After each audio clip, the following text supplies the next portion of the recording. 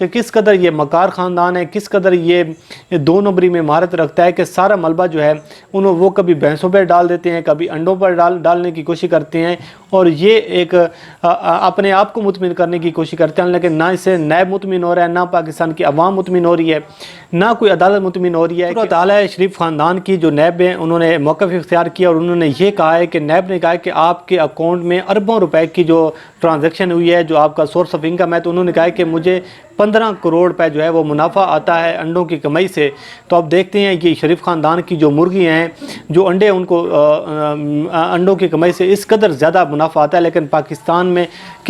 کوئی بھی ایک ایسا بزنس مین نہیں ہے جس کو اس قدر زیادہ منافع آتا ہو، لیکن انہوں نے یہ موقف اختیار کیا نیب میں کہ ہمیں 15 کروڑ روپے جو ہے وہ انڈوں کی کمائی سے ہمیں منافع آتا ہے۔ تو آپ بات کر لیتے ہیں کہ شہباز شریف کی نیب حکام کے ساتھ کس بات پر تلخ کلامی ہوئی ہے، کیا ان کے ساتھ جھگڑا ہوا ہے اور کیا وہاں پر معاملہ پیش آیا ہے۔ جیسا کہ آپ کو پتہ ہے کہ کل ان کی پیشی ہوئی ہے نیب لاہور میں، اور اس مرتبہ جو نیب ہے انہوں نے بڑے بہترین انداز میں اور بڑے واضح انداز میں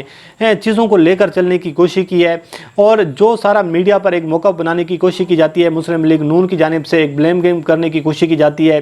جو ہر ایشو کو ایک سیاست کی نظر کرنے کی کوشش کی جاتی ہے۔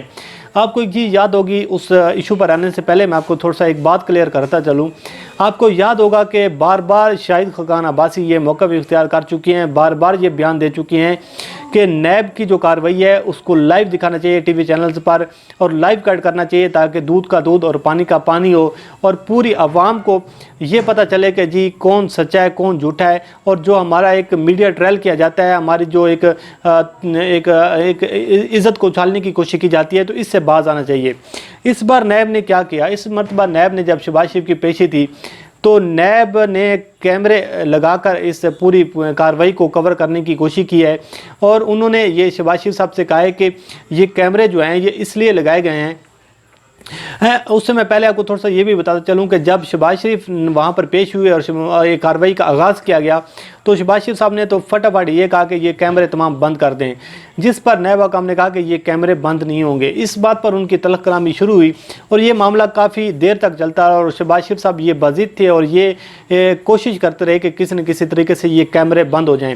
تو ایسے حالات میں نیب نے ان کو کہا کہ یہ آپ کی بھی پروٹیکشن ہے، ہماری بھی پروٹیکشن ہے، کہ جب آپ اگر کہتے ہیں کہ ہم نے آپ کے ساتھ زیادتی کیا ہے تو سارا ایک ایویڈنس ہونا چاہیے۔ اگر ہم نے آپ کے ساتھ کوئی زیادتی کر رہے ہیں تو پھر تمام تر چیزیں آن دا ریکارڈ ہوں گی، آپ کو بھی اس سے کوئی نقصان نہیں ہے بلکہ آپ کی ایک پروٹیکشن ہو جائے گی، اور اگر آپ کے حوالے سے ہے تو تمام چیزیں آن دا ریکارڈ ہوں گی، تو اس سے نہ آپ کو کوئی مسئلہ ہوگا نہ ہمیں مسئلہ ہوگا۔ لیکن شہباز شریف صاحب تھے اس بات پر بضد تھے کہ جو کیمرے ہیں ان کو بند کر دینا چاہیے، یہ جو کیمرے ہیں آف کریں گے تو پھر کارروائی کا آغاز ہوگا۔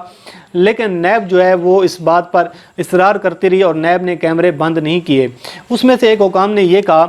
کہ آپ کے تو پارٹی کا جو موقف ہے وہ تو یہ کہتے ہیں کہ تمام کارروائی کو آن ایئر کیا جائے، تمام کارروائی کو لائیو کٹ کیا جائے تاکہ پوری دنیا دیکھے، پاکستان کی عوام دیکھے، دودھ کا دودھ اور پانی کا پانی ہو، تاکہ ہمارا میڈیا ٹرائل نہ ہو۔ تو اب آپ کہہ رہے ہیں کہ ان تمام کیمروں کو بند کر دیا جائے تو یہ کیمرے بند نہیں ہوں گے۔ تو بہرحال کارروائی کا آغاز کیا گیا، تمام جو کارروائی ہے اس کو ریکارڈ کیا گیا اور تمام چیزیں آن دا ریکارڈ ہیں۔ تو اب اس بات سے اندازہ لگائیں کہ یہ کس قدر یہ دوگلی پالیسی ہے مسلم لیگ نون کی، اور کس قدر ان کی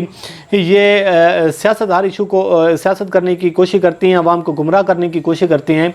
کہ جب عمران خان پر ملبہ ڈالنے کی بات آتی ہے یہ کہتے ہیں کہ ہم پہ ہمارے خلاف انتقامی کارروائیاں کی جا رہی ہیں، ہمارا میڈیا ٹرائل کرنے کی کوشش کی جا رہی ہے۔ لیکن جب نیب یہ ساری چیزوں کو کور کرنے کی کوشش کرتا ہے، جب نیب ایک آن دا کیمرہ پروسیڈنگ کرنے کی کوشش کرتا ہے تاکہ عدالت میں جا کر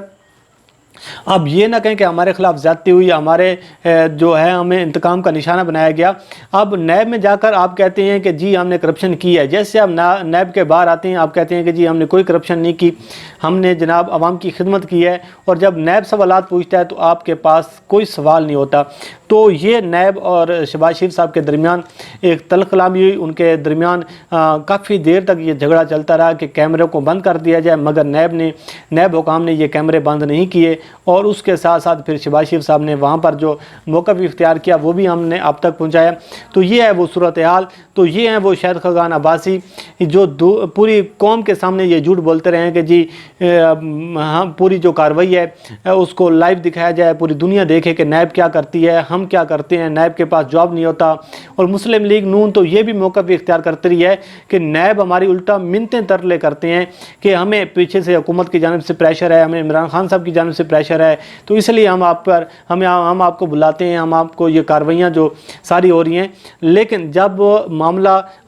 کیمروں تک پہنچے تو اس وقت شہباز شریف صاحب جو ہیں وہ بھی پریشان ہو جاتے ہیں، ان کو بھی پسینے آنا شروع ہو جاتی ہیں۔ تو یہ ہے مسلم لیگ نون کا دورہ میار، یہ ہے مسلم لیگ نون کا جو چہرہ جو پوری دنیا جو ہے اب ان کے سامنے کھل کر سامنے آ رہا ہے۔ تو بہرحال احتساب تو ان کو